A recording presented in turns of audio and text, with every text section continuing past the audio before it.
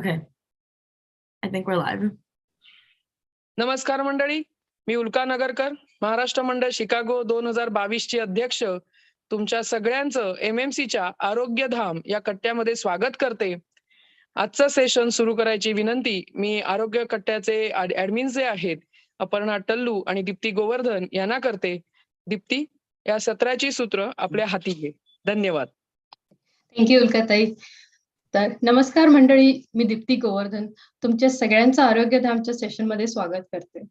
आजचा टॉपिक आहे obesity and eating disorder in children and adolescent आणि आपल्याला याबद्दल माहिती देणार आहात डॉक्टर दीप्ती वारद. तर दीप्ती वारद बद्दल थोडीशी माहिती म्हणजे ती सोलापूरची आहे आणि तिने रेसिडेन्सी इथं शिकागोमध्ये पीडियाट्रिक्समध्ये केलेली आहे. तिने इथं जॉब पण केलाय काही वर्ष आणि नंतर फेलोशिप तिने मेयो क्लिनिकमध्ये रॉचेस्टरमध्ये कम्प्लीट केली आहे आणि तिथं पण तिने ॲज अ फॅकल्टी मेंबर म्हणून 3-4 वर्ष जॉब केलाय आणि currently she is working as a senior clinical trial physician in new Jersey. तर डॉक्टर दीप्ती, मी तुमचं MMC मध्ये स्वागत करते आणि या सेशनची सुरुवात करते. Over to you. Thank you so much या इन्व्हिटेशन बद्दल आणि मला बोलवल्याबद्दल काही माहिती द्यायला. तर I really consider this as an honor and privilege, and I'm very excited to talk to everyone. Let me share my screen.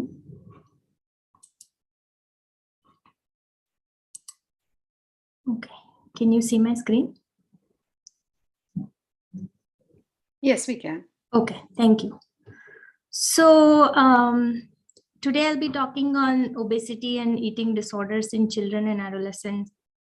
And I think that this topic is very important for parents to understand, particularly for the eating disorders part, because obesity is a very widely discussed and talked about subject in general, not just in medical field, but also in the general population. However, eating disorder is something that not many people talk about. It has been gaining more and more visibility because of the issues that are raised in the media and also popular movies. However, it's still not something that is very commonly discussed about. So I just want to touch broadly on these topics so that I can bring some awareness and some terminologies become a little bit more familiar, so that if ever anyone encounters these, so they are aware of what it is and what can be done. So this slide is important because I really want to make it clear that I have no financial conflicts. I have no interest in any of the topics that I will discuss personally. So many of you might have heard this famous quote, which has been attributed to Hippocrates, who is the father of Western medicine. Let food be thy medicine and medicine be thy food. And it is a quote that is mentioned in many different avenues, trying to emphasize the importance of food in your life. However, he never really said it. Although it's a very inspiring quote, he did say something which was similar and more filled with wisdom. So what he actually said in his text, the Alimento, in food, excellent medicine can be found. In food, bad medicine can be found. But good and bad are relative. And this is a very wise thing. If you understand what he's trying to say is that there is a balance. Nothing is completely good or bad. Everything in moderation, everything can be good or bad in the right context. And that includes food. Food is a very important life-sustaining factor. However, if you don't use it in the right way, it can be bad for you. So we know that very well now in general, because we are bombarded with food related imagery, food itself from all different directions. Food is highly abundant in this day and age, especially the Western diet. You are never too far away from a vending machine or even food that is easily available, very cheap, and freely available. So you can reach out for something to munch. However, at the same time, in general, the societal norms, there is a conflict because physical appearance, especially looking thin or slim or almost unrealistically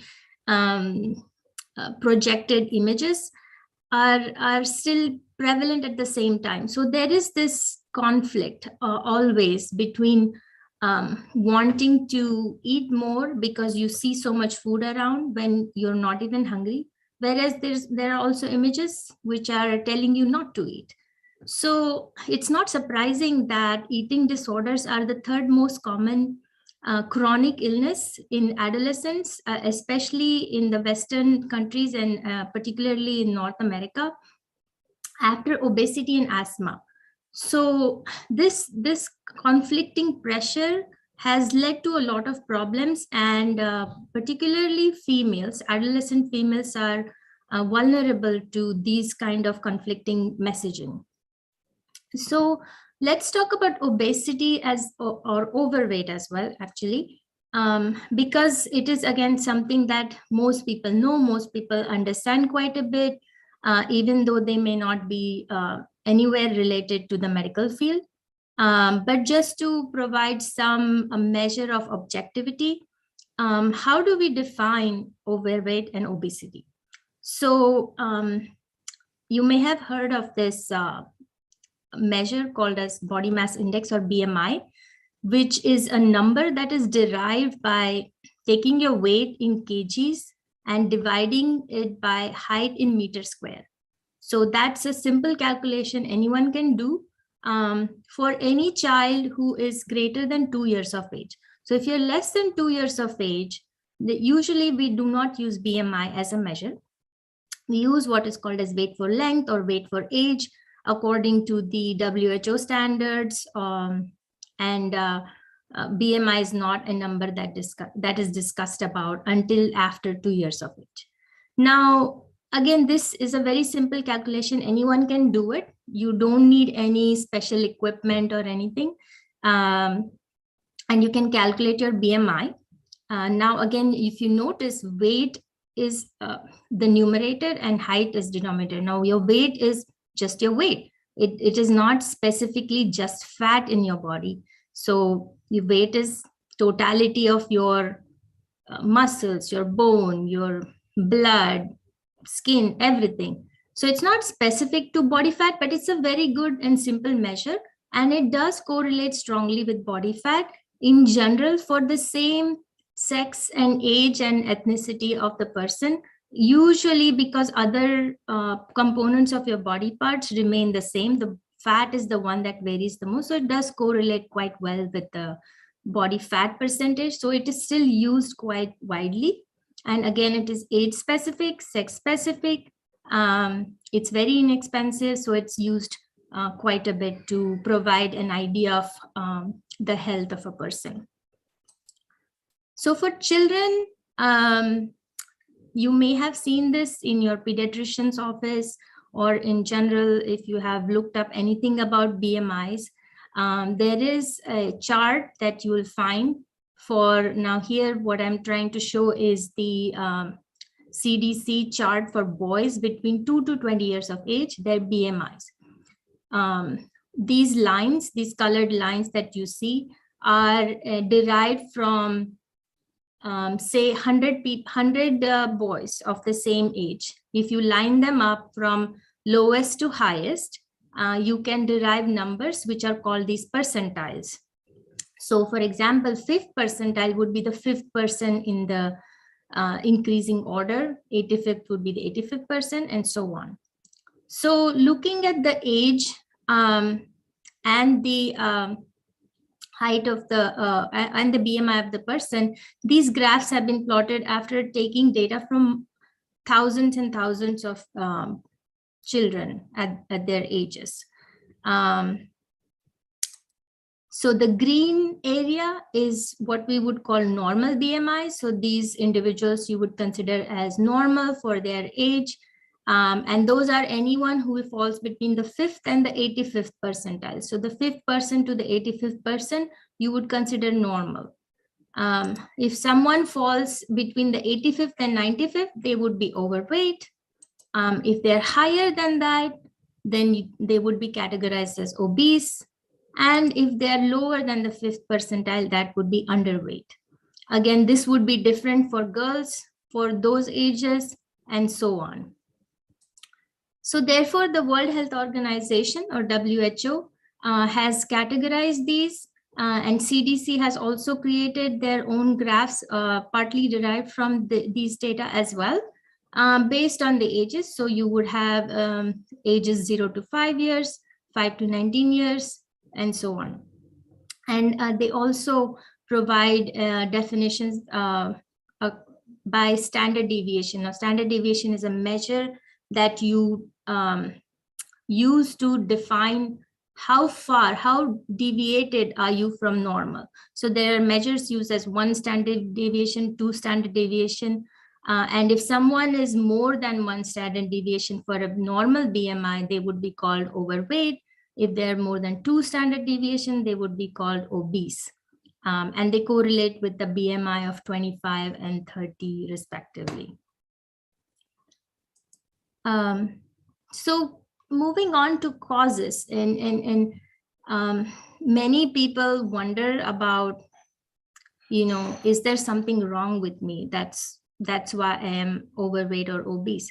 And again, the answer is somewhat disappointing because more than 90% of the cases, it's because of environmental nutrition related factors. So things that you can control and modify. Only about 10% or less are truly related to some sort of medical cause. So you have some hormonal issues, you have genetic disorders, you have some medications or drugs that might be causing gain in weight. But for the most part, as shown in this graph in the orange color, it's all based on nutrition and environmental or lifestyle-based causes. So in a way, it's a good thing because these are modifiable. And if you really want to change your life around, you want to lose weight, these are things that you can work on. So how common is obesity in children around the world, which is also known as prevalence? And if you look at the world map, which was taken in 2016 by the World Health Organization, the data that was used from at that time point to derive this graph, you will see these regions all around the world in different shades of green. Now, the lightest green, as you see in the legend on the right, will say less than 1%, which means less than 1% of the population of that country in 2016 had children, obese children between ages 5 and 19. Obese, again, is more than 2 standard deviation. And as you get darker, the percentage goes higher. And if there's the darkest green, then you have more than 10% of children between these ages as obese category in that country. So now if we look at India, for example, 2%. So 2% of children between 5 and 19 years of age were obese in 2016, compared to United States, 21.4%. So more than 10 times. This is again not surprising. These data points or these information points are always provided or announced in the media, in the different articles. Everywhere, you're always bombarded by the information that obesity has been increasing, not just in adults, but particularly in children, which is hard because you don't want your children to grow up unhealthy, as problems start very early on. However, as of now, this is the case, and the rates are continuing to rise. The other problem with this picture is that over time, over the years, now this graph is showing your life expectancy, or how long you are expected to live if you are a citizen of a particular country, from 1960 to 2015. If you look at the graph, the red graph, or any other graph here, from 1960 to about, say, 2011, 2012 or so, you see the graphs growing up, which means that overall the health of the people in these countries was improving. Therefore, people were continuing to live longer, and you would expect the graph to just keep going up. However, what you see is this red graph separating from the other graphs at about year 2000 or so. And these are all developed countries. So you see graphs for Australia, France, Canada, Finland, and UK, and the US graph in red, while the other graphs keep going up. The United States graph is going down. So it's separating from the what would be expected from a developed country's life expectancy over time. And this has been largely attributed to the increase in obesity and obesity-related health issues. Therefore, unlike the other developed countries, life expectancy is actually now starting to drop. And this is, again, a very concerning trend. And taken together with the trends of adult and childhood obesity, this is an alarming statistic which needs urgent attention. Although attention is being given, not enough has been done yet. So knowing that, our next generations may not live as long as, say, we would expect to live, this is something that one needs to address early on. So looking at the projections of children with obesity in, say, 2030, if you look at the world population, United States actually is nowhere near in their total population compared to China and India. However, it is number 3 when it comes to projected number of children with obesity in 2030. And this is, again, very concerning. One would expect to have high numbers in India and China by default because they are large and hugely populated countries. However, United States comes as 3rd, where the total population is not number 3 in the world. So this is a very highly disproportionate numbers, and a lot of this can be blamed on the Western diet and lifestyle. So what are the recommendations of how to prevent childhood obesity? We have to start very early on, as young as infancy. So early initiation and exclusive breastfeeding for first 6 months of life is very important, and continued breastfeeding for even up to 2 years of age. Introducing solid foods only after 6 months of age, and making sure that the child is getting a variety of different healthy, nutritious foods, to avoid foods that are high in fats, sugar, and salt. As the child grows older, to continue to limit the fats and sugar content, to make sure that the diet is full of complex foods, such as fruits, vegetables, nuts, and legumes, and whole grains, and also encouraging regular physical activity. The recommended amount is at least 60 minutes a day on an average that children should be engaging in. The role of environmental factors cannot be understated. A child cannot be expected to adopt healthy habits on its own. So we have to provide the child with a very supportive, healthy environment, right from home to school to the entire community, where habits need to be reinforced from the beginning. healthy food choices, access to physical activity related sports, for example, should be provided to children and encouraged early on. The food industry is quite a bit to blame here because of the availability of, again, easily available food, cheap food, processed food, and also attractive packaging and advertising, particularly geared towards children, is quite damaging from early on. So one has to make very informed, healthy food choices, right from what you buy in the grocery store to bringing it home and what you have in your pantry or your refrigerator. So to make sure to buy foods that are low in fat and sugar salt content, they're more complex, more as close to a natural state as possible. So as to encourage healthy and nutritious choices, and not fall prey to the advertising campaigns.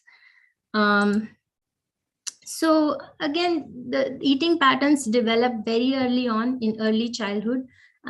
Children can develop picky eating and other selective eating related problems, and those need to be tackled early on, and reinforcing healthy habits as well as so that the child develops taste for variety of foods and complex foods. This is the foundation that one can help lay early on. Again, parents are the first role models for children, and children follow whatever the adults do. So it's very important that healthy habits are modeled and reinforced from early childhood. As the children grow older, what you see is girls are affected more than boys because of these societal norms and expectations that are bombarded either overtly or subliminally from all different groups, including family members, friends, peers, the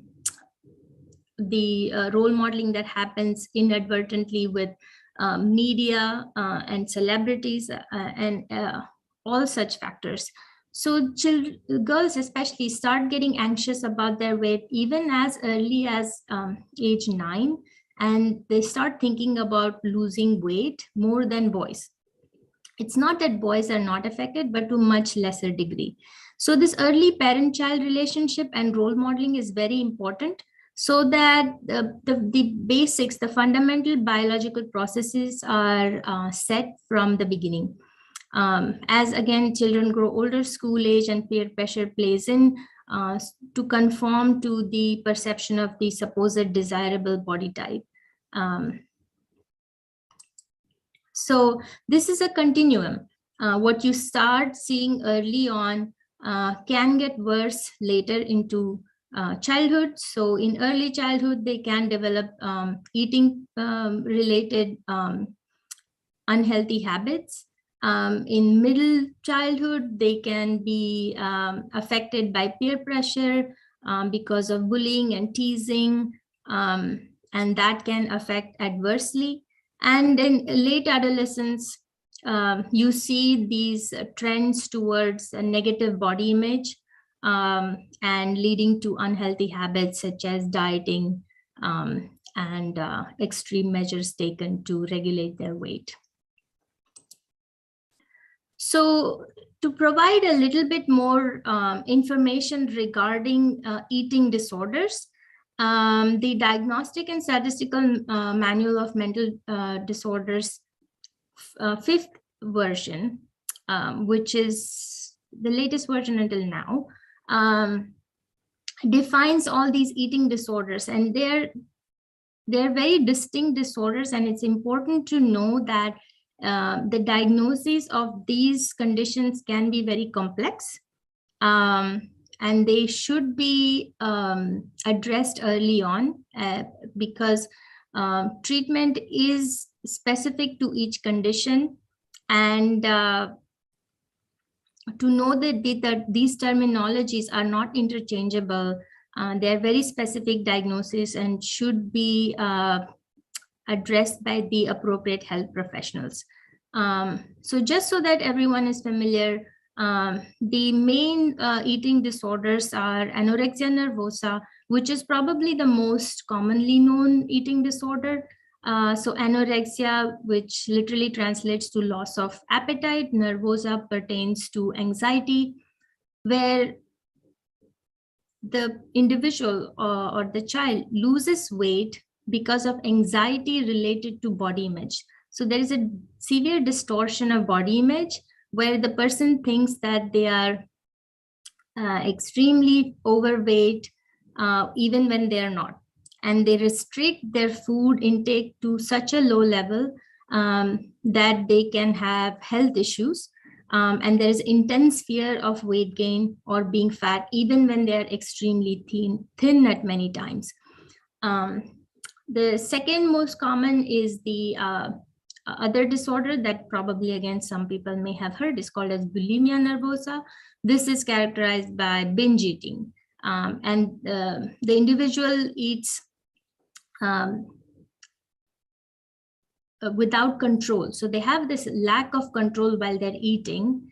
And this is a repetitive behavior, which then leads to compensatory behaviors or unhealthy behaviors after the binging to prevent the weight gain, such as self-induced vomiting, abuse of laxatives or diuretics, which is making you lose water from your body, or other such medications, severe food restriction after the binging, or compensatory excessive exercise. So things like that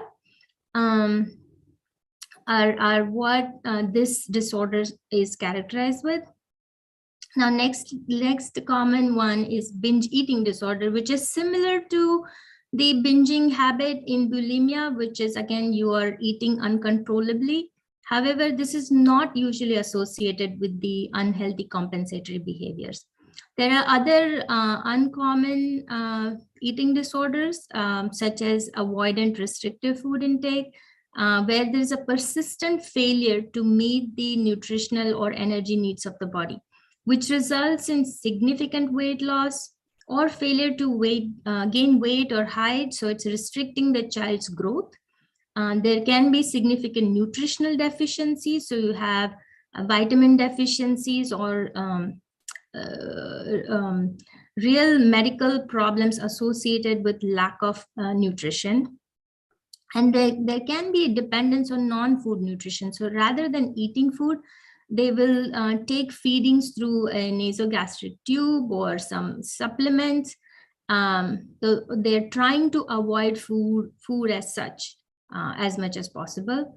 And there is a marked psychosocial functioning interference. So this is not really associated with social cultural as much. However, it has a psychological component to it. There are other feeding disorders such as atypical anorexia nervosa, bulimia nervosa of low frequency. So it doesn't meet all the diagnostic criteria for a typical bulimia nervosa disorder, or binge eating disorder of lower frequency, or purging disorder, which is basically you're trying to purge as much as possible to lose weight without the binging episodes. So though these terms may seem too much of technical or in detail, it's important to just let yourself hear these terminologies, because if and when needed, it is important to be familiar with them. I do want to highlight one condition which is somewhat related, however, not exactly part of the eating disorder classification. It's called as female athlete triad. Why is this important? Because this is most commonly seen in adolescent girls who are athletes, and especially in extreme competitive sports. Sports which require someone to be lean are particularly at risk of developing this condition. So it's a triad, which means it's typical. It has typical 3 factors. One is eating disorder. So the female will develop eating disorder to remain lean so that she can participate or excel in her chosen sport. This leads to changes in the body, which affects the hormonal balances adversely and can cause menstrual irregularities, usually leading to loss of menses. So these girls will just stop having their periods. And that further leads to extreme adverse effect on the body in general, especially the bone health, leading to osteoporosis and can also result in fractures. So this is a very distinct entity, and again, something to keep in mind if you do have girls who are athletes or participate in extreme sports. So again, this is because of the imbalance of the caloric intake. So a moderately active adolescent girl is required to approximately take 2,200 calories per day, whereas an active adolescent boy requires 2,800 calories per day. This is for normal growth and development. Again, these are adolescents. They have not achieved their full growth potential. And so it's important for them to be taking appropriate caloric nutrition to achieve their growth potential. And teenagers who are athletes require even higher caloric intake. So this is an important factor to understand. So strict adherence for, say, calorie deficit with, say, 2,000 calories per day is not enough and can result in weight loss in many of these teenagers. So again, this is just a graph that highlights all the factors that result in a female athlete triad versus what you would see in a healthy athlete. This is very important to understand, because if this does happen, then the child needs to be seen by the specialist, especially your pediatrician, endocrinologist, nutrition, psychology, and a multidisciplinary approach is required. So transitioning into adolescence is actually a risk age where there is a lot of risk of someone developing these habits. So anorexia and bulimia typically occur during adolescence, especially anorexia happens typically in early to mid adolescence, whereas bulimia is usually seen later around 15 to 19 or as such. And again, girls are at much higher risk because of all the emphasis on their body image, their self-perception of their physical appearance, much more so than boys. Again, societal messages and norms play a huge role where women are under constant pressure of being playing the typical feminine roles, also the pressure of being successful, and also taking on the more typical masculine roles over time. So these are all the factors that can affect and can result in eating disorders due to adoption of unhealthy habits such as smoking or other substance abuse to prevent binge eating and the consequences of weight gain. So dieting is commonly seen because of the weight concern, and restrictive dieting is very common, particularly in North America, and nowadays pretty much everywhere, I guess. And even in children as young as elementary school age.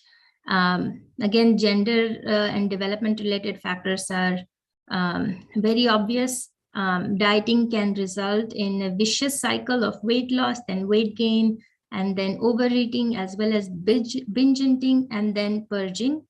However, a lot of people do engage in dieting related habits. Not everyone develops eating disorders. Only a small minority will end up developing eating disorders. However, it's important to know that there are some people who will be prone to that.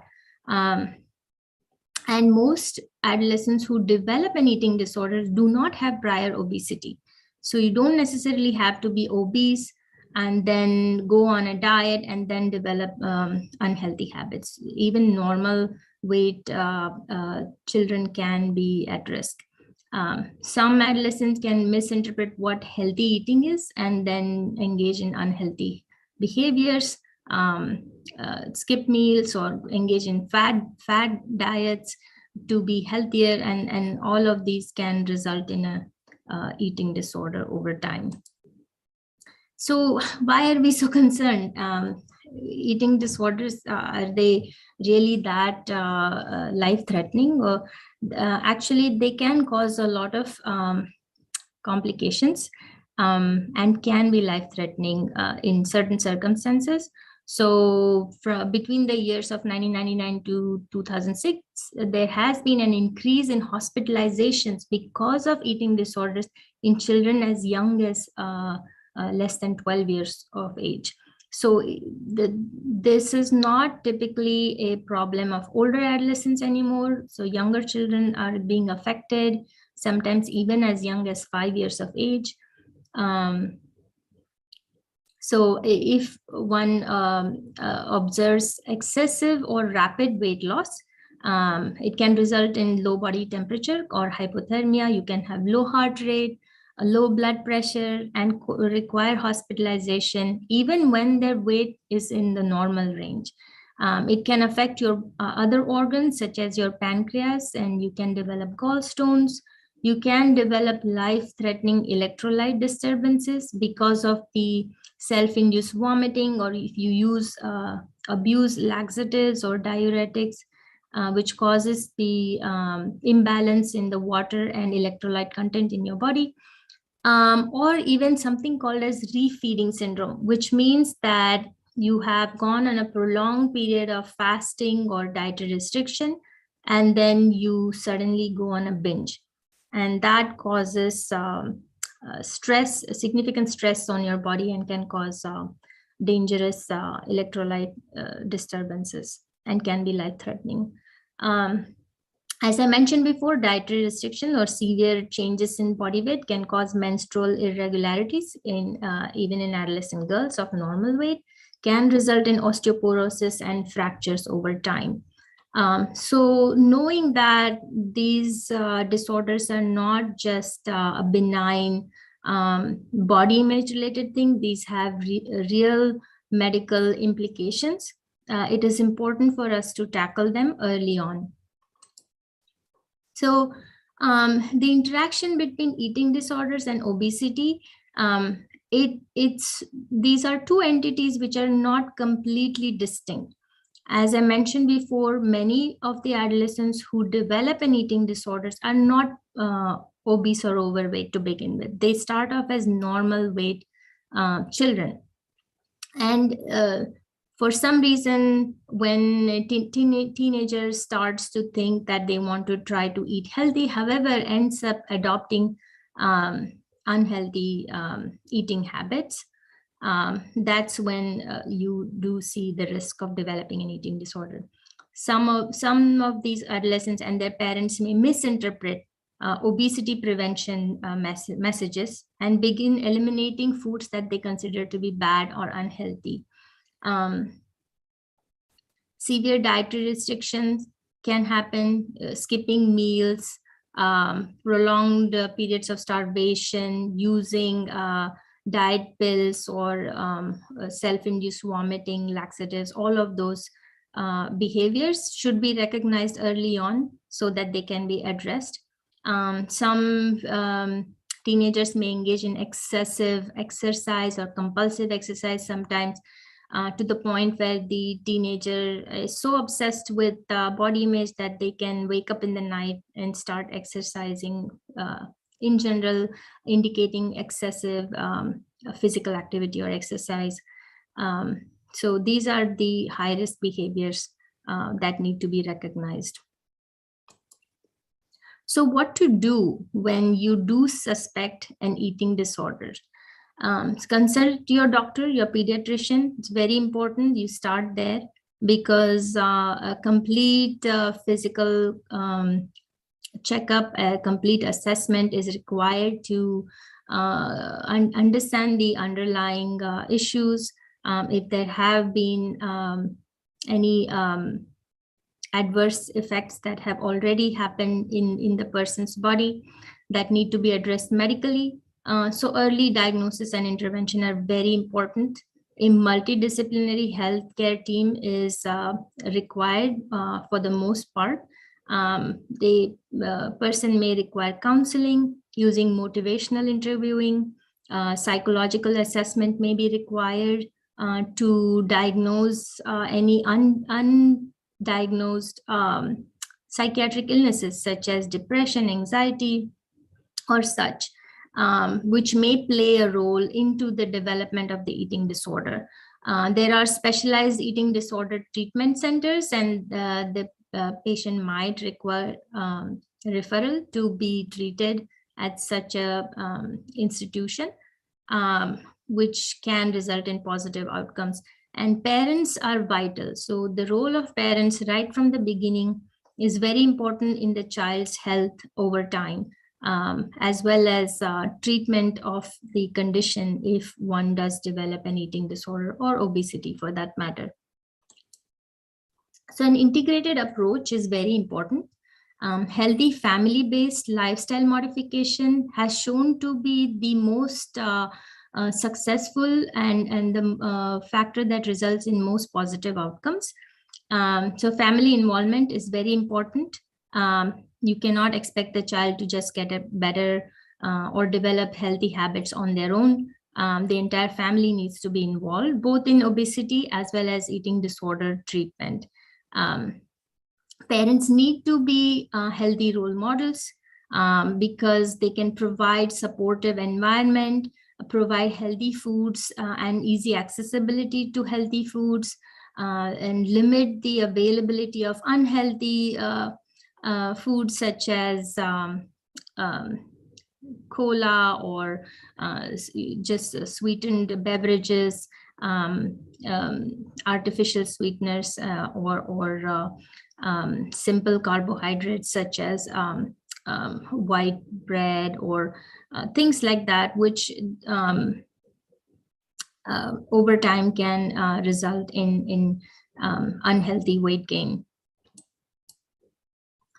It's very, again, important to collaborate with your physician, your pediatrician, and regular discussions and counseling is very important.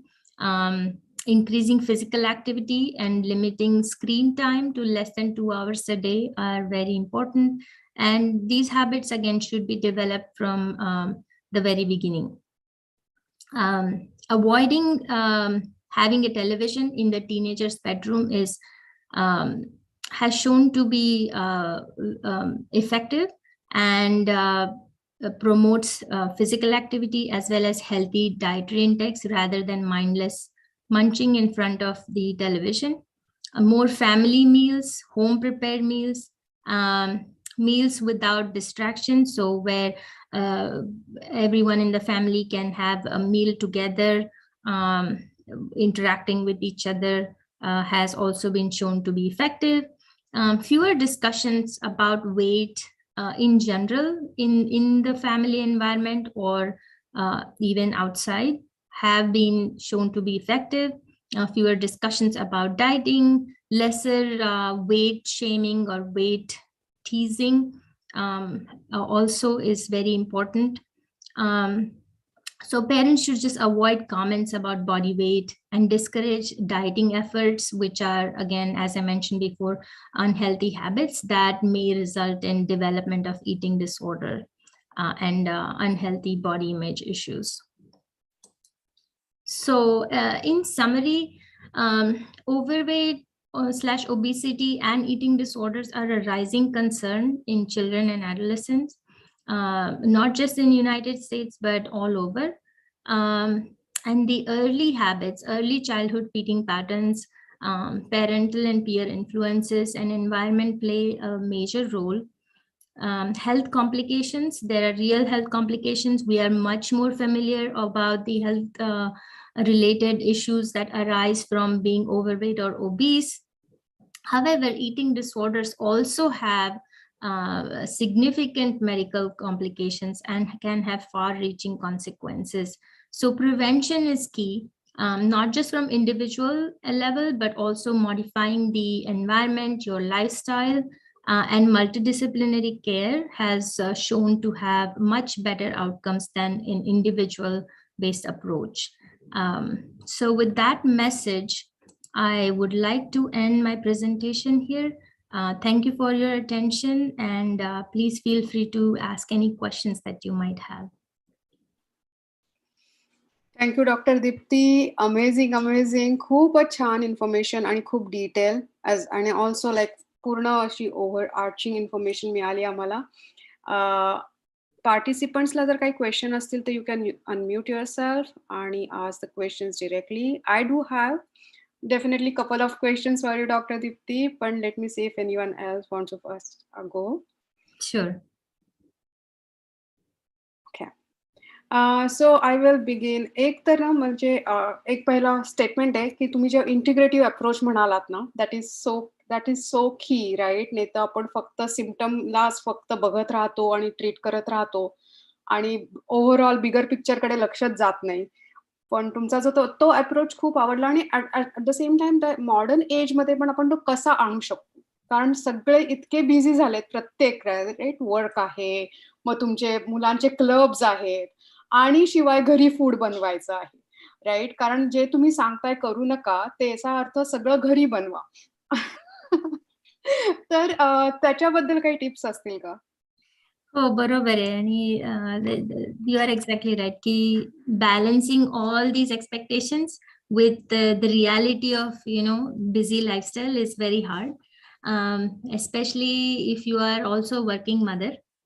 Not that fathers are exempt, they are also equally responsible for the child's welfare over time. But I think what has helped, from what I know, being as a mother myself and also hearing from my other physician mother colleagues, what has helped most people is a very simple tip: preparation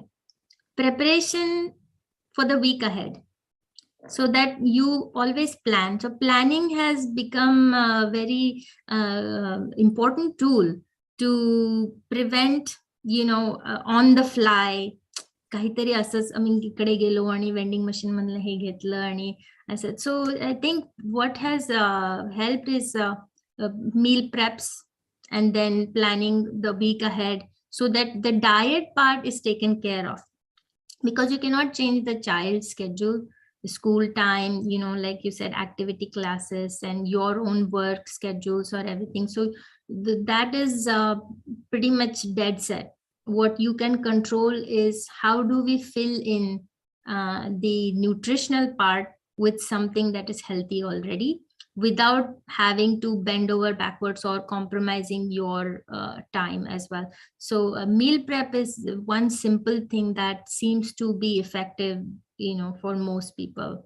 But as you said, the very fact that children are part of, say, sports clubs or the activities, that is great, because the less that they're engaging with a screen, the better it is.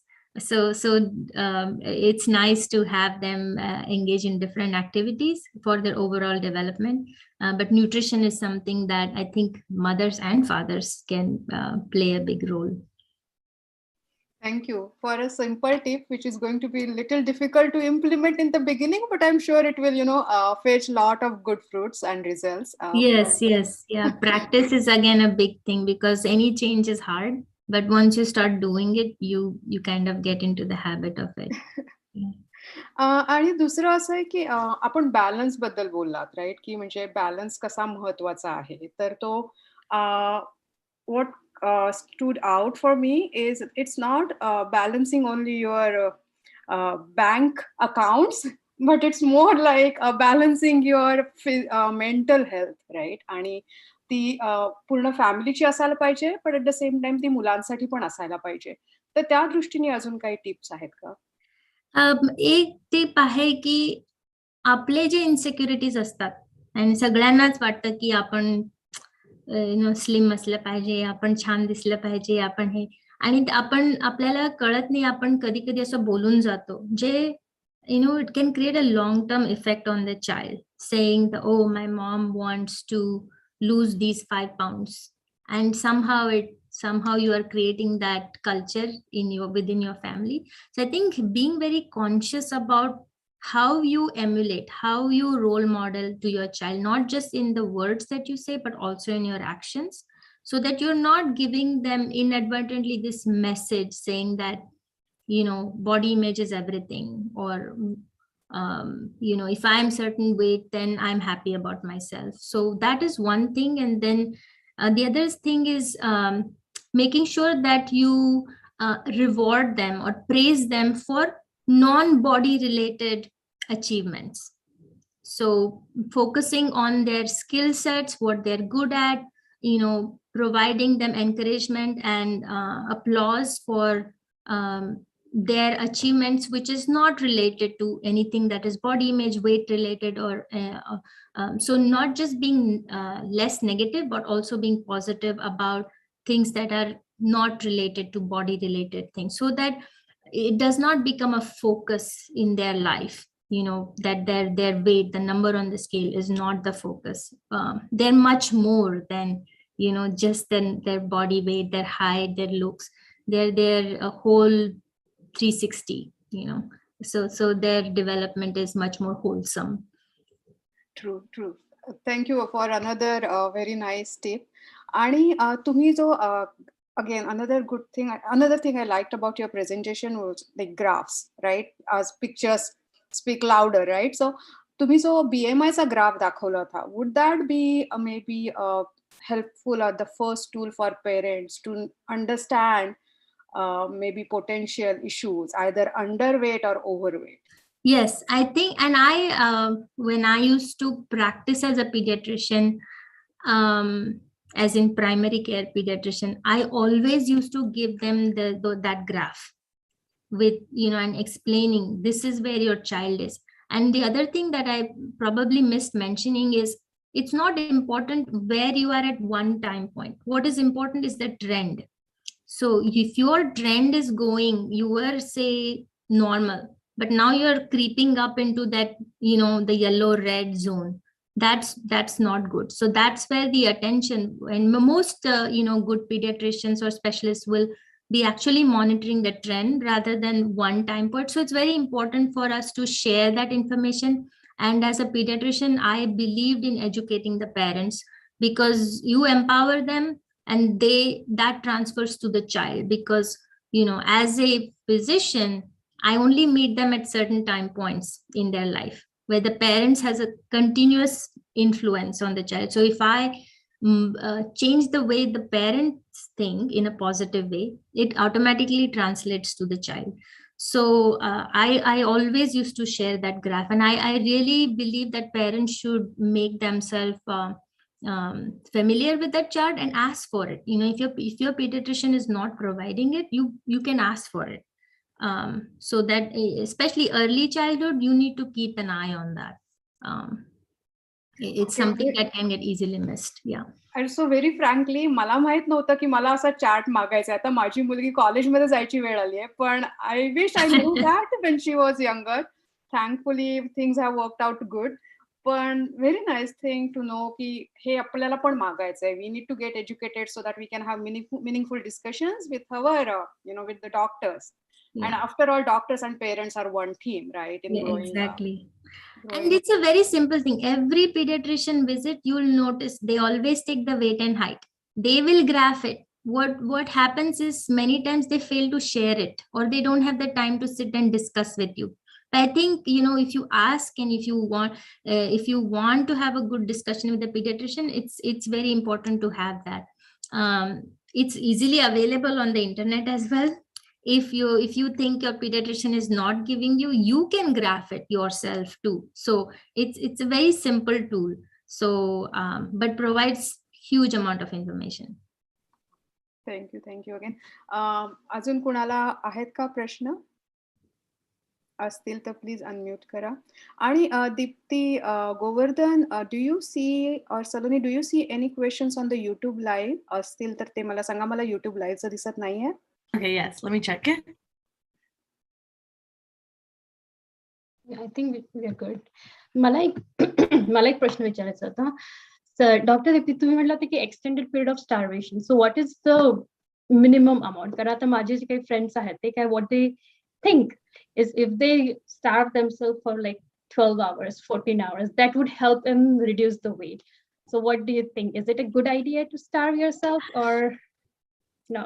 So again, we're talking about kids versus adults. So in general, in a growing age, restriction is not a good thing. What is important is for them, you as a parent, to teach them to listen to their cues of when they feel hungry, when they feel full, to be done, and not forcing them to finish the plate, which is again very huge part of our culture. That is something that we should not be doing. So when the child grows with the understanding that, oh, I know I'm full now, I'm done, and it's okay not to finish the whole plate. That results in a long-term success of developing healthy habits. What you are talking about is probably, there are these trends of intermittent fasting or things like that. As an adult, again, starvation is not a good thing over time, especially if you are limiting vital nutrients such as vitamins and iron. You can get anemic and things like that. What we are talking about is in weeks or months, not few days of a week.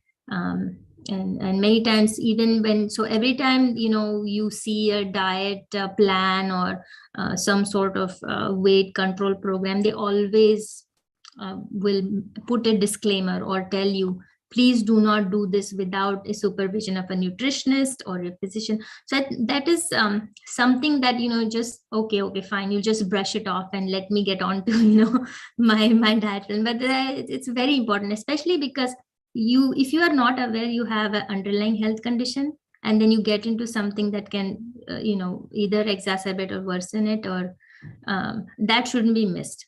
So to make sure that you're completely healthy before you go on a plan is very important.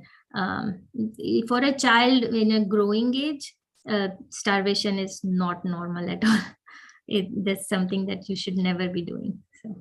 Sure, definitely. And the other question was, how often do you think the kids should snacks? Like every 2-3 hours, or should we have like 2 definitive meals and then give them snacks, short snacks, or?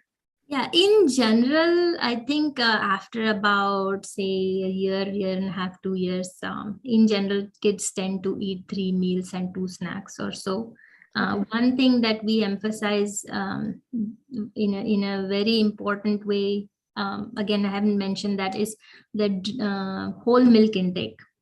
Whole milk intake in children, especially over 2 years of age. You should not be drinking more than about 20 to 24 ounces, and that is actually bad for you. So there is something as too much milk. In fact, after 2 years of age, you can reduce maybe one or 2 cups a day, and that's more than enough. But yeah, so snacks, again, healthy snacks, they can have 2 to 3 per day, which is fine. If they are eating candy, then it's not good. So giving them access to healthy stuff is important. Even if they want to reach out, they're still eating healthy, like, carrots and the whole grain Cheerios and things like that. So. Yeah, thank you. एक question अजून आहे की breathing exercises किंवा ज्याला आपण प्राणायाम म्हणतो, तर ते मुलांमध्ये कधीपासून आपण त्यांना प्रॅक्टिसेस त्या देऊ शकतो? याबद्दल मला जास्त माहिती नाहीये, But I believe, at any point where a child is old enough to be able to sit and focus,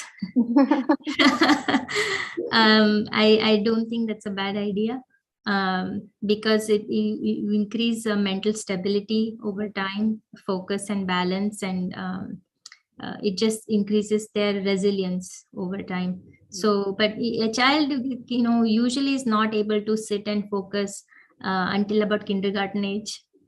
And you start slowly, and then over time they will build.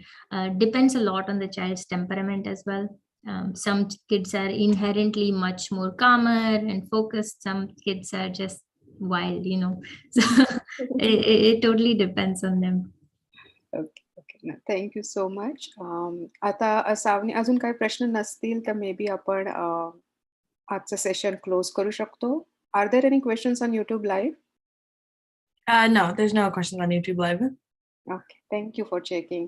And once again, doctor, thank you so much. खरंच म्हणजे जेव्हा डॉक्टरांशी संवाद करायला मिळतो तेव्हा खूप चांगलं वाटतं, आणि तेव्हा म्हणजे क्लॅरिटी पण येते, आणि at the same time bigger picture बघायला मिळतं इन्स्टेड ऑफ गुगल तर गुरु सगळ्यांचा बनलाय आजकाल, पण गुगलवरची इन्फॉर्मेशन ही कायमच पीसेसमध्ये मिळते. पण जेव्हा असं एखादं सेशन होतं तेव्हा पूर्ण माहिती मिळते, आणि ज्या आत्मीयतेने तुम्ही आज आमच्याशी ही माहिती सगळी शेअर केली, MMC कडनं तुमचे खूप खूप धन्यवाद. Thank you so much both Diptis, doctor Dipti and Dipti Govardhan, for suggesting such a wonderful speaker for today's session.